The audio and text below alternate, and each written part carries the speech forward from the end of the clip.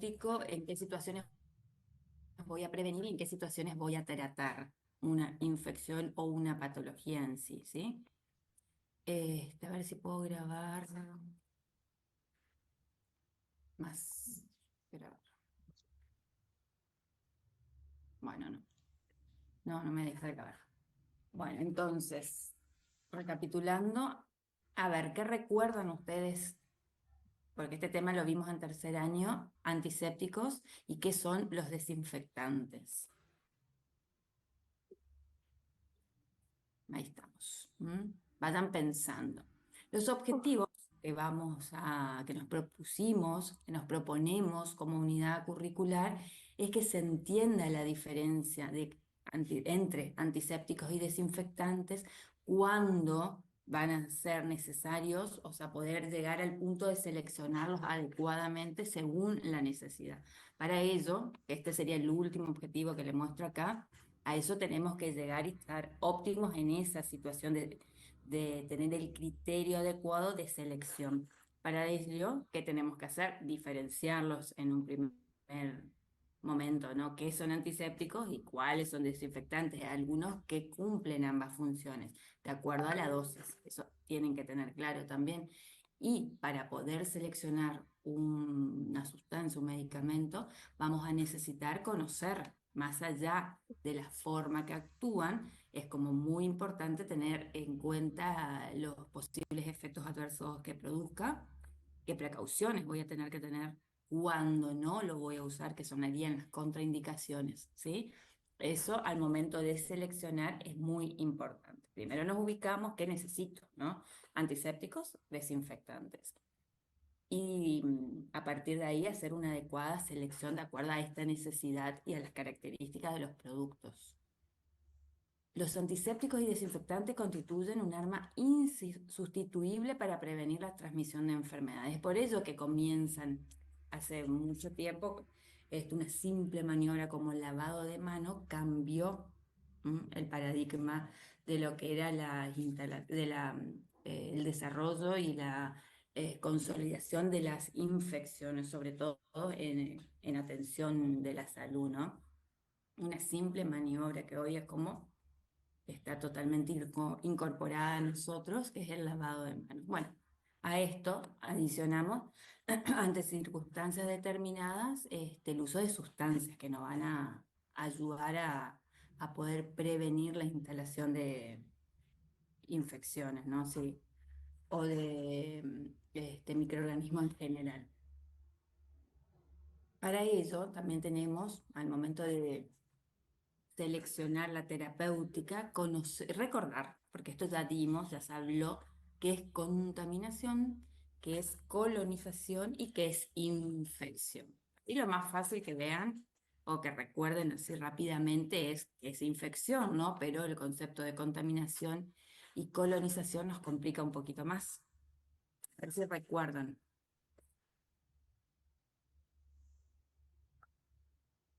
Hacemos un poquito de memoria.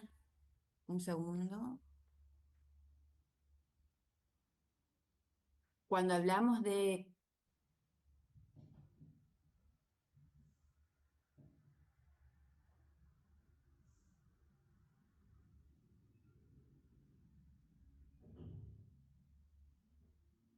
Muy bien, retomando. Contaminación, ¿qué es? Hay presencia de microorganismos, ¿no? ¿Cuándo comienza en estas tres situaciones, cuándo comienzan a proliferar y a reproducirse? Y, o sea, no solo están instalados, sino que se reproducen y eso va a llevar a cambios que se va a manifestar como una enfermedad, ¿sí? Cuando hay infección. Ahora, en el caso de contaminación, hay presencia de microorganismos, pero no se multiplican, no generan un peligro, no generan daño, no hay necesidad eh, de tratarlos, digamos, de seleccionar un tratamiento. ¿Cuándo hay colonización? Cuando los microorganismos se establecen, comienzan a multiplicarse, pero no generan todavía daño. No hay manifestaciones de ningún tipo, simplemente están en un espacio, en una parte del cuerpo humano donde hay mayor proliferación, pero no causan enfermedad, ¿sí? Entonces, en estos casos se puede utilizar antiséptico, por ejemplo, o ante una situación que uno crea que va a haber colonización, eh, utiliza alguna de las variaciones de las variedades, perdón, que se tenga de antiséptico y no antibiótico. Eso es lo que tiene que quedar bien claro. Diferenciar estas tres situaciones desde la microbiología, de los componentes que están participando, por decirlo de alguna manera, y en qué condiciones para poder determinar cuándo voy a necesitar tratar y cuándo no. Todo lo que tenga que ver con infección, bueno, lo veremos después porque va a depender qué medicamento, de acuerdo al factor etiológico, ¿no? ¿Quién produce esa infección? Bueno, recordando esto, nos deja como con mejor vista para realizar la selección del tratamiento o de la sustancia química que me va a ayudar, porque también nos tenemos que ubicar y pensar en qué busco, cuál es, ¿se acuerdan? El concepto de objetivo terapéutico, es decir, si yo necesito prevenir por la situación de atención odontológica, por ejemplo, o me ubico en la situación de tener que tratar una infección o ambas, ¿m? Porque muchas veces se hace como una prevención al, ante una intervención que vamos a hacer, sea una endodoncia, sea una exodoncia, porque el paciente está en el consultorio y vamos a hacer, qué sé yo, un buche, por ejemplo, o con un antiséptico, estamos previniendo, haciendo prevención. Y a la vez puede ser que tenga que tratar una infección que ya esté instalada, ¿no? Pero básicamente pararnos ante esta situación, ¿qué necesito? ¿Qué busco? Realizar prevención, que lo puedo hacer con antisépticos, cuando hablamos del material inerte con desinfectante, porque ya desde eso, desde que estoy limpiando o estamos limpiando un consultorio, estamos haciendo prevención. Cuando se esterilizan las cosas, todo forma parte de la prevención a una infección. Y después, ya hablando más de medicamento específicamente, tenemos la profilaxis antimicrobiana, que eso también en tercer año hablamos mucho. ¿Sí? Ahora vamos a retomar porque cuando estemos bien en el capítulo de antibióticos, o sea, un poquito más avanzados, quiero decir, lo vamos a volver a retomar, a recordar. Bien, muy bien. Entonces, con estos conceptos claros, pasamos a recordar, porque esto también vieron, antisepsia y desinfección. ¿Qué son los antisépticos y qué son los desinfectantes? Son sustancias químicas, ¿no? ¿Cuál Traten de hacer el ejercicio mental, cuál usamos, porque ya lo saben obviamente, ¿no? ¿Cuál lo usamos sobre tejido vivo, cuál sobre tejido inerte? Los antisépticos, entonces vamos a usar sobre tejido vivo.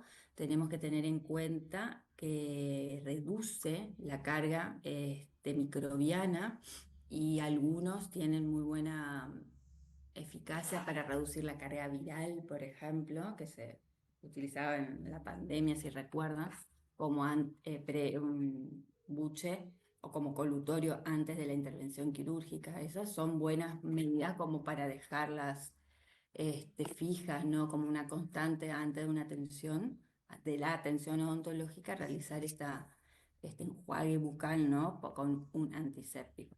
Y la desinfección se realiza a través de sustancias químicas, sobre material inerte, con la misma finalidad, que es destruir los microorganismos, ¿sí?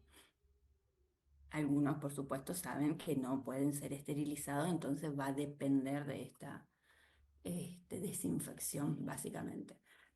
Como sustancias tenemos el glutaraldehído, deben recordar, todo esto vamos a pasar como un poquito rápido porque ya lo vieron, ¿no? Lo importante es que resaltar algunos puntos, como es que su concentración viene el 2%, se usa para desinfección del material, de equipos, desinfección de equipos médicos que no pueden ser esterilizados, la decontaminación del material previo a la esterilización, que hay que tener mucho cuidado con los vapores, usar protección, genera dermatitis, alergia, rinitis, es bastante irritante. Y lo que hay que tener de recordar es el bicarbonato de sodio que es un activador que actúa en conjunto, va a aumentar el pH, a partir de ahí comienza a ejercer la acción. Hay que dejar actuar mínimamente 20 minutos productos y una vez que esa solución se preparó, lo pueden utilizar hasta 3 semanas, depende del uso, depende este, la carga de detritus que tenga el instrumental que estaban limpiando, decontaminando, ¿sí? Así que eso tienen que tener en cuenta, que puede durar más o menos. Y bueno, recordar que es un desinfectante de alto nivel. Siempre mirar esta cuestión de qué efecto puede llegar a producir. Efecto beneficioso y efecto no deseado, ¿sí? Porque eso, sobre todo para los antisépticos. Pero bueno, seguimos con los desinfectantes, tenemos el hipoclorito de sodio. Esto se usa siempre también para material inerte, no es el más utilizado, ¿sí? Pero para limpiar superficies podría ser.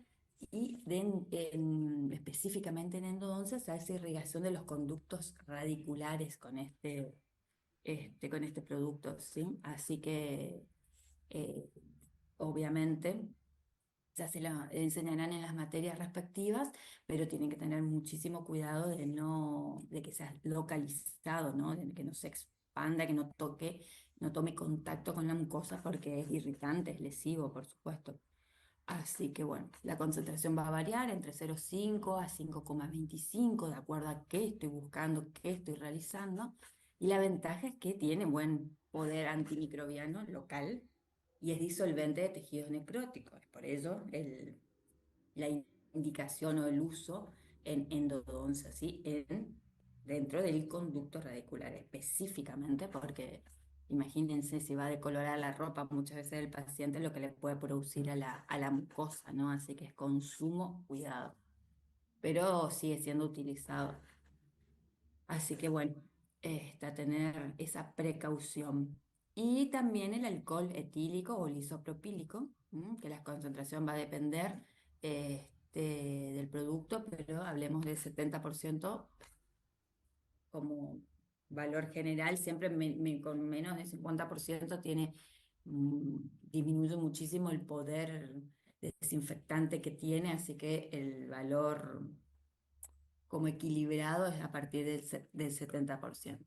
Y se usa para desinfección de superficies, básicamente. Ay, puede ser de manos, por supuesto. También saben que ha tenido y tiene mucho auge para desinfección de manos desde la pandemia, con distintos aditamentos, ¿no? Emolientes, como mejoradores del aroma, bueno, distintas cosas que le van poniendo en la parte cosmética, pero básicamente el que tiene la acción terapéutica, el principio activo es el alcohol, ¿sí? Bueno, pero también cuál es el punto en contra que es irritante para las mucosas, ¿m? Por ende no se usa cerca de mucosas. Y si se va a hacer en piel, una desinfección previa a la aplicación de una inyección, por ejemplo, sí, eso puede ser, pero no se usan mucosas. Bueno, eso es más medio obvio, pero bueno, hay que aclararlo, ¿no? Entonces, a modo de resumen, a ver si se puede ver esto. Indicaciones de desinfectante no ontología, desinfección de superficies clínicas. ¿Estamos de acuerdo con eso? Hay distintos, hablamos del hipoclorito, puede ser anti, después de cada paciente, las zonas cercanas o sea, de uso continuo, ¿no? Como la batch o algo más que uno higieniza entre paciente y paciente, que sería lo ideal. Desinfección del instrumental no crítico. Ahí me tengo que pensar cuál es crítico, cuál es no crítico, ¿sí? Que puede hacer con glutaraldehído, alcohol al 70, después de cada uso, por ejemplo. El glutaraldehído en realidad es para decontaminar después del uso y se deja preparado para la esterilización. Desinfección de manos, hablamos, ¿sí? Algunos antisépticos, hablamos del alcohol, la clorexidina, que puede ser también, de acuerdo a qué concentración actúa como desinfectante o como antiséptico. Desinfección de impresiones dentales, ¿m? Se hace una limpieza antes de enviarlas al laboratorio. Y algo que es importante es la desinfección del sistema de agua de la unidad dental, que también en la clínica podrían hacerlo, mínimamente hacerlo correr, como para que lo que va succionando no quede en en las mangueras, sí, que haya como una limpieza, por lo menos mecánica. Y a veces se le tiran unos chorritos de productos específicos como para realizar la desinfección. Es una muy buena costumbre, se la incorporan después para sus consultorios para mantenerla toda la unidad dental, las mangueras y demás, que no frecuentemente no se higieniza, también mantenerlas limpias, ¿no? Y según riesgo, hablamos del material entonces, los no críticos son los que podemos realizar la desinfección nada más, ¿eh? Que son los dispositivos, las superficies, este, que no se va a esterilizar todo lo que sea instrumental, crítico y semicrítico que ha estado en contacto con mucosa o con sangre, se hace una descontaminación y posteriormente se esteriliza. Pero ahí ya no vamos a entrar. Acá es la cuestión de en qué situaciones es suficiente realizar la desinfección y cuándo no. Para recordar, porque esto también ya lo saben.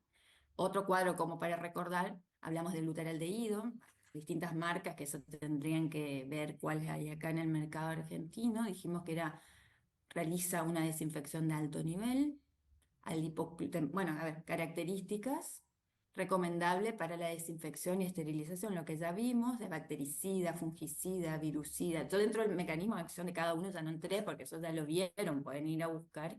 Yo lo que más quiero es que se ejercite el cuándo uso y cómo uso. Y en el cuándo uso también tengo en cuenta cuándo no uso, porque este paciente tiene tal o cual situación, ¿sí? Eso es lo que tenemos que ejercitar en este año, en esta materia. Bueno, dijimos que era muy irritante el glutaraldehído y que se debe cambiar periódicamente, cada 14 días. Dijimos que hasta 3 semanas puede durar, depende de cómo se mantenga este fluido, esta mezcla, ¿no? El hipoclorito de sodio tiene una desinfección de nivel intermedio, es económico, de fácil uso, se diluye muchas veces, ¿sí? De acuerdo a lo que estoy buscando, pero es altamente corrosivo, o sea que no voy a limpiar instrumental con esto, a menos que no tenga opción y, bueno, no tengo opción, es una posibilidad, pero no va a ser la elección nunca, porque es corrosivo. Y después tenemos distintos tipos de detergentes enzimáticos, que es una desinfección de bajo nivel. Es como para iniciar la limpieza, ¿no? Como el primer contacto. Este, mm, no es corrosivo, pero tampoco produce una gran baja del contaminante, ¿no? Así que es como el primer paso y después se continúan con otros. Eso dentro del panorama de los más de los desinfectantes más usados.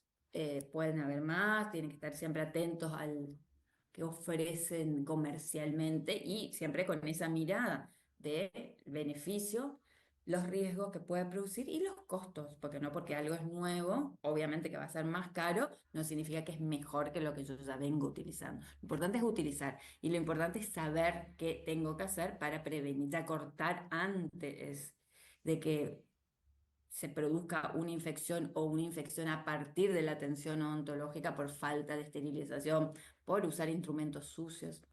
Y esto sí quiero hacer como un llamado de atención y de autocrítica, una mirada hacia nuestras propias prácticas. Si alguna vez uso un instrumental que no esterilicé, alguna vez se me cae al piso, lo levanto y uso, y piensen si eso no puede acarrear más problemas, ¿m?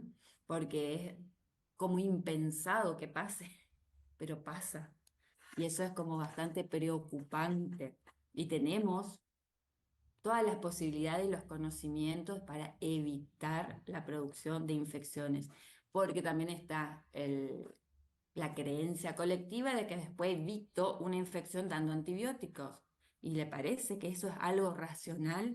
No, ni voy a esperar que lo piense porque es casi clarísima la respuesta. No, hago como mal, no me interesa la cadena de precauciones dentro del consultorio para evitar la infección o un contagio incluso de algo y después doy antibiótico para cubrir. No, no es así, ¿sí? Entonces, haciendo las cosas bien, uno ya tiene como muchísimo más más seguridad de lo que está haciendo, ¿no? Darle la seguridad no solo al paciente, sino para nosotros mismos. Bien, retomando, vemos entonces distintas opciones de antisépticos, eran la sustancia química que puedo usar en tejido vivo, donde la más como conocida, seleccionada, es la clorexidina, porque tiene ciertas ventajas, ¿sí? Sobre el resto. Vamos a ver que la concentración puede variar. La más común, la más frecuente es el 0,12%, puede llegar a ser al 0,2% también como colutorios. Podemos encontrar al 2% que se lo usa eh, para irrigación intraconducto también en endodoncia. Son enjuagues. Bueno, hay distintos tipos de presentación, pero por ahí el más común sea realizar enjuagues del colutorio en sí, ¿no? Que se hace antes de un procedimiento quirúrgico, puede ser después también, para el tratamiento de gingivitis, de periodontitis. Tiene muy buen poder bactericida, de acuerdo a las dosis, o bacteriostáticos. Tiene efectos secundarios como ser manchas dentales, alteración del gusto, ardor. Se recomienda siempre tratamientos cortos de no más de 14 días para que esas manchas dentales no se instalen, que después son difíciles de remover. Indicación 2 veces al día, no más, 10 mililitros. Se hace como un enjuague bucal por 30 segundos, no más de 10 días, dice acá. Podemos tendernos capaz un poquito más, pero no mucho más. Y precaución porque el material orgánico lo inactiva. Si es un alvéolo que está sangrante, hago un buche, bueno, le indico al paciente que haga un enjuague bucal posterior, no tiene sentido.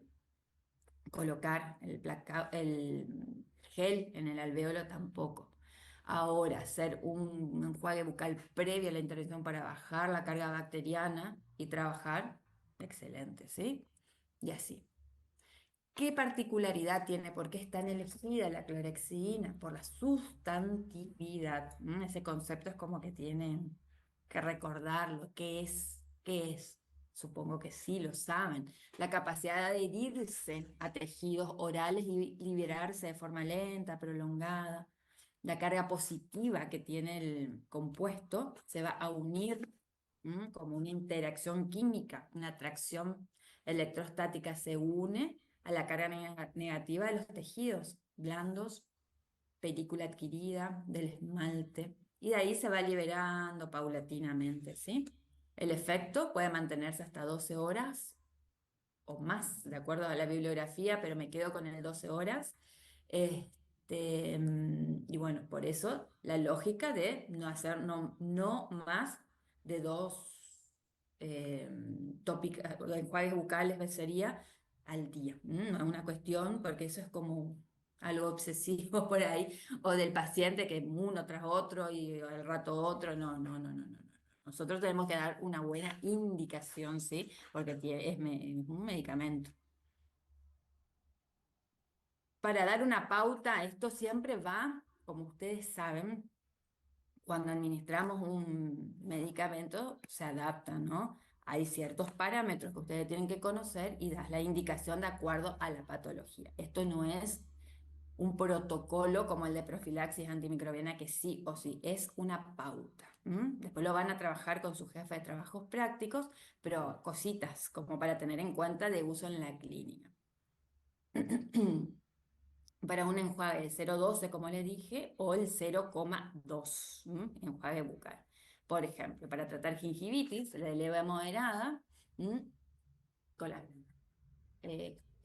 pauta que le dimos de 2 enjuagues al día, no más de 14 días. Un postoperatorio dental, de acuerdo a las características de la cirugía, podría llegar a ser 7 días posteriores, pero depende. Eso no es para hago una exodoncia simple y le doy 10 días, como dice ahí. No. Siempre con una cierta sabiendo esto que les digo, que el material orgánico inactiva, no posteriormente, pero sí en los días sucesivos, pero sobre todo me interesa que tengan en cuenta es el previo, ¿sí? frecuencia 2 veces al día, a la mañana y a la noche, evitar el cepillado después, esperar 30 minutos entre un cepillado y este enjuague, porque se recuerdan que las pastas dentales tienen un componente que es el laurilsulfito de sodio, que lo inactiva la clorexidina. Así que evitemos eso, tenemos, por más que no vayamos técnicamente a explicarlo al paciente, dar la indicación de que se lo espacie, que no haga inmediatamente después del cepillado la topicación, el enjuague bucal con la clorexidina.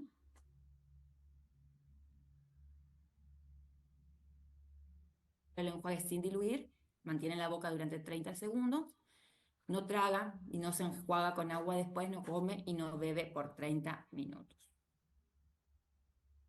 Otra posibilidad es el peróxido de hidrógeno, comúnmente conocido como agua oxigenada. Este tiene una particularidad que es la efervescencia que produce, ¿no? Y eso ayuda al arrastre. Eso es como muy bueno para la limpieza de heridas y para determinadas patologías, como ser guna. ¿M? Y la alveolitis también. Muchas veces se lo utiliza diluido en partes iguales para usarlo con una jeringuita, se coloca en el alvéolo específicamente, o sea, localizadamente, eso quiero decir, y sin necesidad de remover más tejido o realizar o la indicación de antibióticos, la prescripción de antibióticos, ¿sí? Porque en una época, hace mucho, prescribían antibióticos. Yo creo que hoy ya no, prácticamente no por lo menos, ¿sí? Porque tiene otros tratamientos locales efectivos. Bueno, entonces el peróxido de hidrógeno podemos encontrar en distintas concentraciones. En mucosas se suele usar el 1,5 o a veces, como les decía, diluido, menos. Siempre de forma localizada, ¿sí? Tiene buena actividad antimicrobiana y esa efervescencia ayuda a la eliminación de detritos. Pero, como nada es maravilloso, van a haber efectos adversos y algunas precauciones, ¿sí?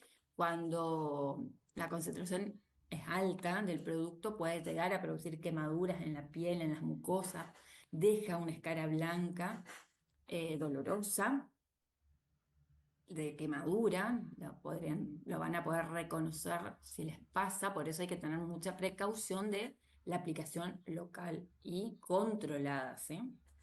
Incluso en las papilas, con una torundita de algodón y bien puntual la aplicación.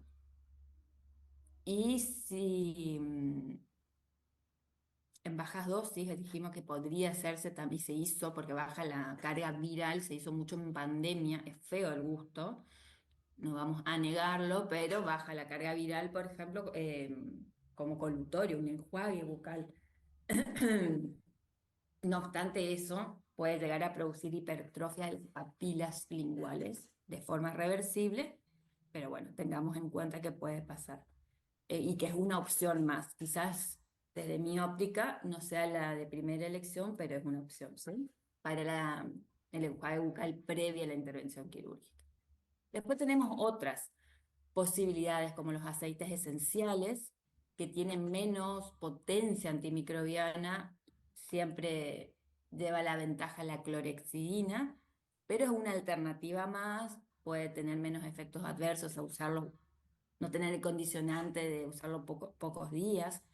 Eh, lo que sí, y vamos a ver un poquito más adelante, siempre ver si el producto tiene o no alcohol, porque eso también cambia.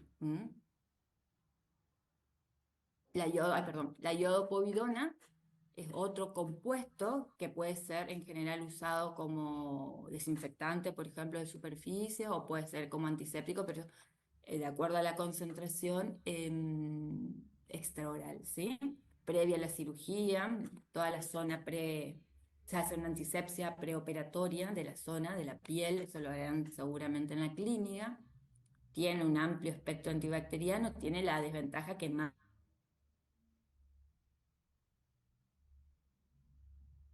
el instrumental, perdón, el instrumental, por eso no se lo usa, sería mayor concentración, por supuesto, sí se lo deja como antiséptico y bueno, puede generar dermatitis de contacto, alergia, es irritante, muchas veces se lo diluye un poquitito para algunas aplicaciones.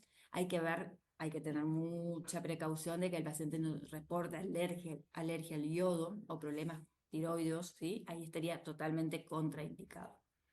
Pero es un recurso bastante usado en el consultorio. La povidona yodada o yodo povidona en los mismos.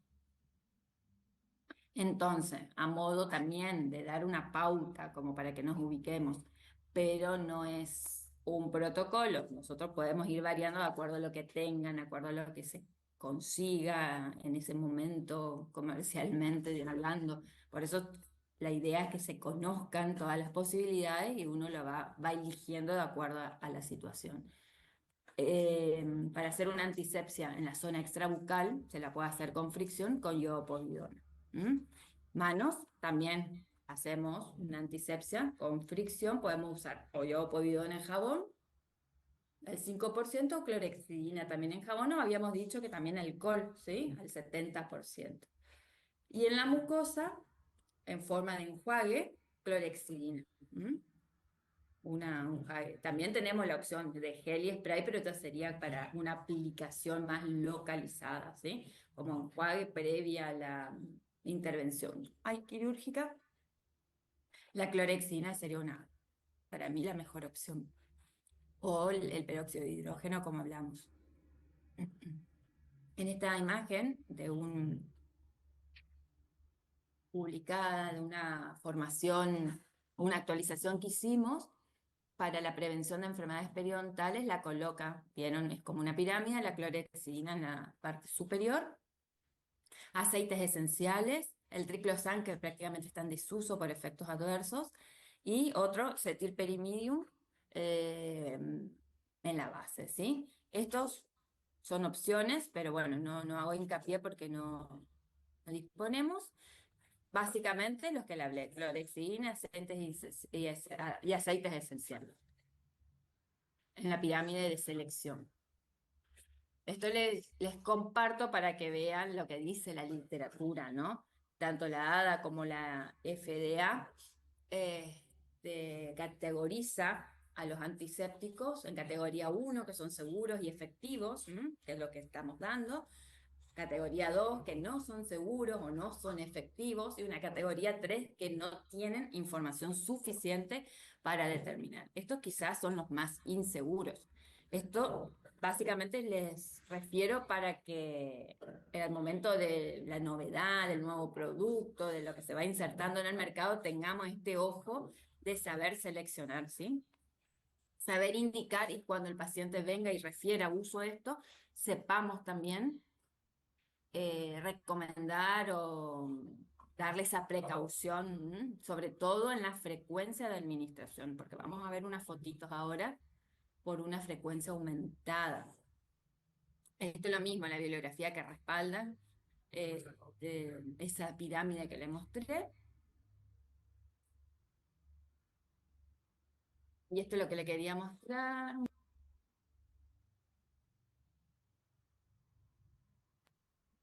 Bien, vamos.